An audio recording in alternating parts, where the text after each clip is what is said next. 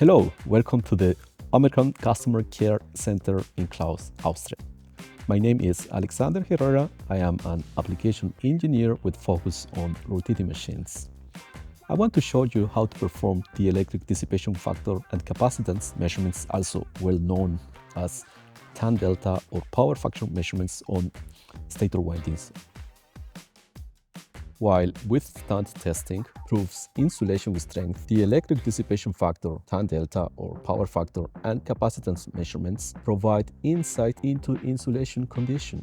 Safety is really very important, so please, before touch any cable or terminal, be sure that this is de-energized and grounded first. Using the CPC 100 with TD15 and CR600, an AC voltage is applied and the resulting capacitance and dielectric losses are measured. Increases in tan delta or changes in capacitance can indicate aging, moisture, contamination, or delamination within the insulation system. With a minimal change in this setup, you can continue with partial discharge measurements and withstand voltage tests, saving an incredible amount of time.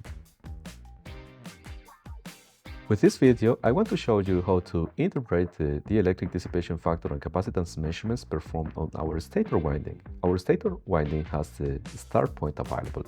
For that reason, it was possible to measure the dielectric dissipation factor and capacitance phase by phase. On this table, we can see the summary of the measurements of every single phase. We can also take a look and go deeper into the results, or if you prefer, it's even easier to take a look to the plots. With the plot view, this gives us the possibility to compare measurements between phases on the same machine, or even better, to select a comparison of previous measurements done on the same machine in the past in order to compare the results and to evaluate the trend or the development of potential issues.